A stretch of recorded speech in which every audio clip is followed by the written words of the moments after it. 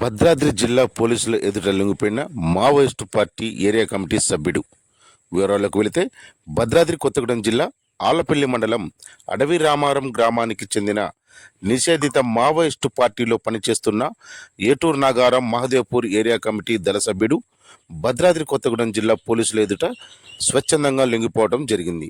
లొంగిపోయిన Maoist party సభ్యుడి వివరాలు: Madakam ఇడమయ్య alias Mahesh, తండ్రి ఉంగయ్య 22 సంవత్సరాలు. మడకం ఇడమయ్య 15 సంవత్సరాల క్రితం కరిగూడెం గ్రామం, ఛత్తీస్గఢ్ రాష్ట్రం నుండి అడవి రామారం గ్రామం, ఆలపల్లి మండలం భద్రాద్రి కొత్తగూడెం జిల్లాకు వలస రావటం జరిగిందని పోలీసులు అధికారులు తెలిపారు. ఈ లొంగుబాటు కార్యక్రమంలో జిల్లా పోలీసు అధికారులతో పాటు Charla CI A Rajuvarma, SI R నర్సిరెడ్డిలు సిబ్బంది పాల్గొన్నారు.